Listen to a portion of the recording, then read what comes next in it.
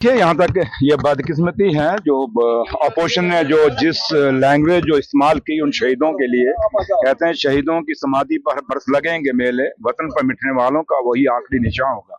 वो शहीद हैं, चाहे वो उन्होंने अगर कोई जंग लड़ी तो कोई अगर लड़ाई लड़ी तो किसी लोगों के हक के लिए लड़ी। इस देश के कानून को मजबूत करने के लिए, इस देश के आइन को मजबूत करने के लिए, इस देश की डेमोक्रेसी को मजबूत करने के लिए वो लोग शहीद हुए हैं। और आज हम शहीदों के खिलाफ एक ऐसे लफ्ज अनपार्लियामेंट लफ्ज इस्तेमाल करेंगे तो वो शोभा नहीं देते। शहीद जिस मर्जी कौम का हो, तो लिहाजा जो जहां तक ताल्लुक है अपोजिशन ने जो लैंग्वेज और जो वर्डिंग इस्तेमाल की वो नहीं करनी चाहिए थी, क्योंकि वो लोग अगर इनको महाराजा जी के साथ इतना प्यार है तो ये 35 है और 370 भी तो महाराजा ने दिया था।